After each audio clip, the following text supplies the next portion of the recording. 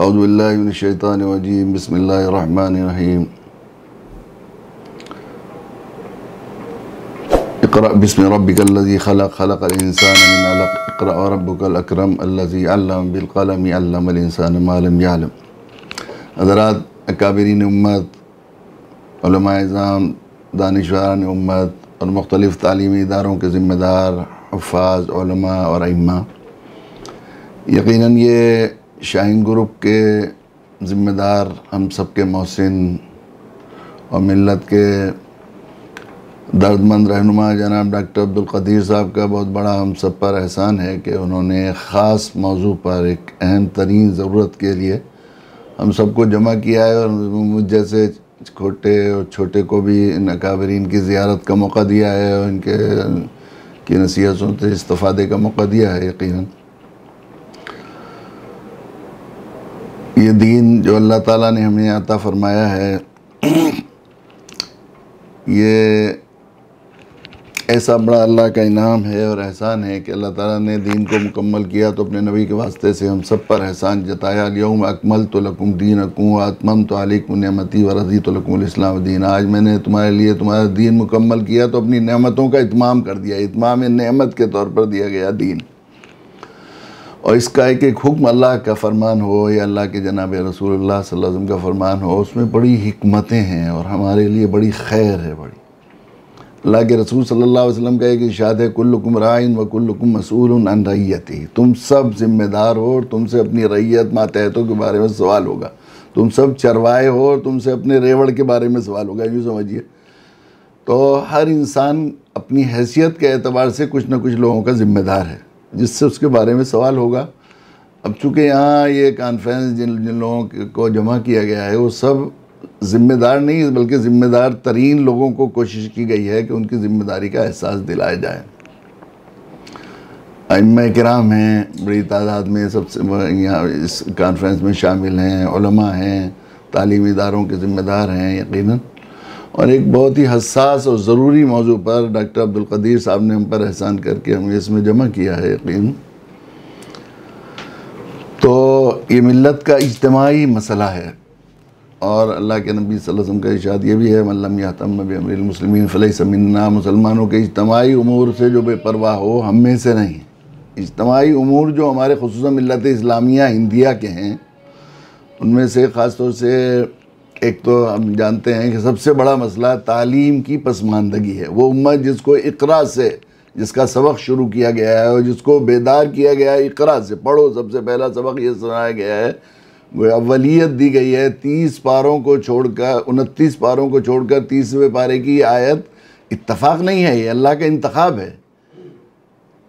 अल्लाह का इंतखाब है कि अल्लाह ताला ने ये बात तय फरमाई। इसमें एक पैगाम है कि इस दीन में सबसे अव्वलीन तरजीह जो है वो तालीम को दी गई है।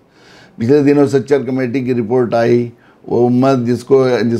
नबी अकरम सल्लल्लाहु अलैहि वसल्लम को जिनका आइडियल बनाया गया, उसको हसना बनाया गया और इनके अल्लाह के नबी सल्लल्लाहु अलैहि वसल्लम शर्माए नमा बुइस्तु मुअल्लिमा, मैं मुअल्लिम ही बनाकर भेजा गया हूँ। आलिम बनाकर नहीं भेजा गया हूँ, मुअल्लिम बनाकर भेजा गया हूँ। उम्मत मुस्लिमा कि हर फ़र्द को जिसके के लिए नबी की इत्तबा के अलावा चारा कार नहीं, सिर्फ आलिम होना काफ़ी नहीं बल्कि मुअल्लिम होना ज़रूरी है। उस उम्मत का हाल ये है कि आखिरी दर्जे की पसमानदा तबके की कौमों से ज़्यादा उस तालीमी इन्हतात और तालीम में सब पसमानदा हो, तो ये यकीनन इस्लाम के नाम पर हम सब लोग और पूरी मिल्लत इस्लामिया एक तरह से कलंक और बदनुमा दाग हैं हम लोग। यदि जनाब डॉक्टर अब्दुल क़दीर साहब ने इस सिलसिले में यकीनन हम मिल्लत पर बड़ा एहसान किया है और उम्मत को तालीम की बेदारी के सिलसिले में जो कोशिशें की हैं वो बहुत ही काबिल क़द्र हैं, बहुत हैं। इस सिलसिले में हम लोगों को अगर उनके साथ कोई तावन और कोई खिदमत का मौका मिल जाए तो मेरे लिए तो ख़ास तौर से बहुत बड़ी सआदत की बात है। और इसी ख़याल से जब भी कभी डॉक्टर साहब कहीं किसी जगह बुलाते हैं तो मैं हाज़िर होता हूँ। चूँकि अकाबरीन यहाँ मौजूद हैं, मैं इनकी मौजूदगी में एक बात ख़ास तौर पर ये AI ये जो है एकेडमिक इंटेंसिव केयर यूनिट के सिलसिले में जो मुझे ये खाका भेजा गया था, तो मुझे इस सिलसिले में इस वक्त इस कॉन्फ्रेंस के सिलसिले में 2 चीज़ें डॉक्टर साहब ने भी बताई हैं। एक तो पहली बात ये कि हुफ़्फ़ाज़ को कैसे जो है असरी तालीम से आरास्ता करके उन्हें वक्त की ज़बानें सिखा कर डॉक्टर बनाकर, इंजीनियर बनाकर और उनकी टेक्निकल ज़माने सिखाकर कैसे दावत की मैदानों में भेजा जाए, ताकि वो वक्त के लोगों, पढ़े लिखे लोगों की आँख में आँख डालकर दावत का काम कर सकें और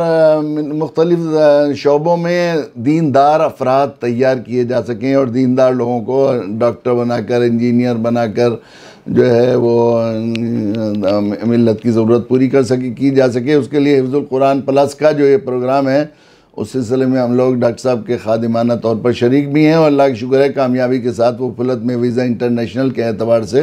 मनपत फाउंडेशन के ज़िम्मेदार जनाब अमीर अहमद साहब ने हमारे यहाँ एक इदारा कायम किया है और हम लोग उस खादिमाना उसके साथ शरीक हैं। लेकिन उससे ज़्यादा एक चीज़ जिसके सिलसिले में मुझे ये भेजा गया था, खाका डॉक्टर साहब ने भेजा था, उसे समझता हूँ वो ये है कि मिल्लत की तालीमी पसमानदगी से ज़्यादा अगर एक रिपोर्ट इसके लिए तैयार की जाए मुल्क में, सिर्फ तालीमी उसकी वो की जाएगी, बेकारी की अगर एक फहरिस्त बनाई जाए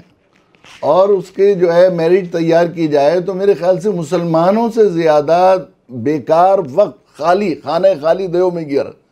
खाली लोग जितने ज़्यादा मुख्तलिफ़ कौमों में अगर इसकी एक फहरिस्त बनाई जाए तो सबसे ज़्यादा बेकार लोग जिनका अक्स एक बड़ी तादाद जो कुछ नहीं करती है, खुसूसन नौजवानों की, उसमें मुसलमान अव्वलीन उसमें मिलेंगे उम्मन। एक साहब मुझे याद है कि SSP साहब ने मुझे ये बात कही कि मैं मुसलमानों के महलों को फ़ौरन पहचान लेता हूँ। कैसे पहचान लेता हूँ? कि जब बस्तियाँ गंदी हों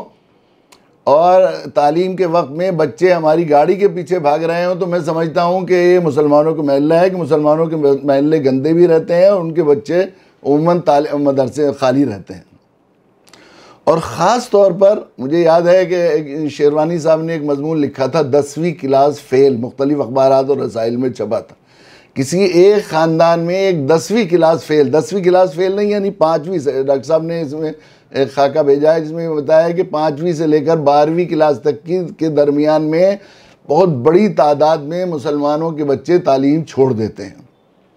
और ये छोड़ देने के बाद ये खाली रहना, ये जो टीन एज के है इसमें खाली रहना, ये लिखा था कि एक 10वीं फेल किसी जो है ख़ानदान में बच्चा हो तो उस पूरा घर जो है वो अजाब बन जाता है और घर के लिए वो घर को जहन्नम बना देता है वो। इसलिए कि 10वीं क्लास फेल जो होगा इस तैयार में, तो वो पढ़ा लिखा तो समझा नहीं जाएगा दुनिया में, उसे तालीम याफ्ता लोगों की तरह कुछ काम मिलेगा नहीं और वो जो है अपने आप को जाहिल मजदूरी करेगा नहीं। वो समझता है कि मैं पढ़ा लिखा हूँ, तो वो अमूमन खाली रहता है और इस उम्र में खाली रहेगा तो चोरी सीखेगा, डाका सीखेगा, घरों में लड़ेगा, घर वालों को उससे फजूल में वो पैसे मांगेगा और करेगा। उमूमन ये देखा है कि इस उम्र में जब बच्चा खाली होता है तो घर वालों के लिए अजाब बनता है यकीनन। तो ये एकेडमिक इंटेंसिव केयर यूनिट के मकासद में ये बात जो बताई है, मैं समझता हूँ डॉक्टर साहब से भी दरख्वास्त करता हूँ कि ये बहुत ही मिल्लत का एक बहुत अहम तरीन मसला है कि जो बेकार नौजवान हैं उनको कैसे काम पे लगाया जाए, उनको फिर दोबारा इनकी तालीम पर या किसी भी टेक्निकल सिलसिले में उनको पटड़ी पर कैसे किया जाए। इसके लिए अगर मसाजिद के ज़िम्मेदार हज़रात मस्जिद जो है अपने महल्ले को, इसलिए कि हम देखते हैं अल्लाह के नबी सल्लल्लाहु अलैहि वसल्लम की हयात और आपके ज़माने के सिस्टम को,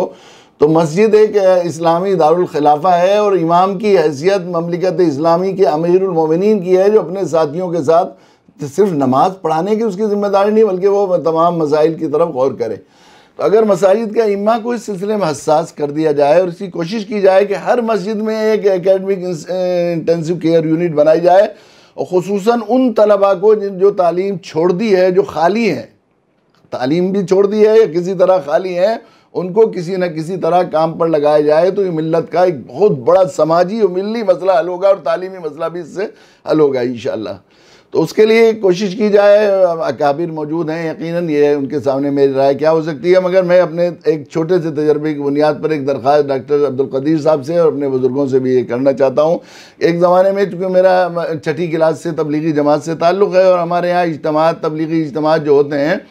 तो उसमें असल इज्तिमात में लोगों की शिरकत और भीड़ वो नहीं होती, बल्कि ये देखा जाता है जमातें कितनी निकली, चिल्ले की कितनी निकली, 4 महीने की कितनी निकली। तो उमूमन मौज़ूआत पर इजलास वगैरह हुआ करते थे, इजलास हुआ, नशिस्तन और बर्खास्तन हो गया हुआ करते थे। तो मैंने एक मरतबा अपने हज़रत वाला हज़रत आलिमिया नव्वरल्लाहु मरक़दहू की मौजूदगी में एक तश्कील, हज़रत फरमाते थे कि महल्ले महल्ले बस्ती बस्ती तश्कील मकातिब की तश्कील की जाए और मकातिब कायम किया जाए। ये मसले का हल है उम्मत को इलाद व बेदीनी से बचाने के लिए, और हमारे अकाबिरीन आज भी कहते हैं। तो मैंने तश्कील मकातिब के उन्वान से एक कॉन्फ्रेंस मुनक़िद की थी, और उसमें 8-10 दिन पहले अपने साथियों को फील्ड में भेजकर हर जगह मस्जिद वालों को जहनों में, मस्जिद की कमेटी या मस्जिद के लोगों को इकट्ठा करके ज़िम्मेदार लोगों को एक मकतब कैसे कायम कर सकते हैं आप मकातिब के, और उसके सिलसिले में एक फार्म भरकर आप मकतब शुरू कर दें और मकतब के सिलसिले में क्या खाका बनाए उसको लेकर आएँ।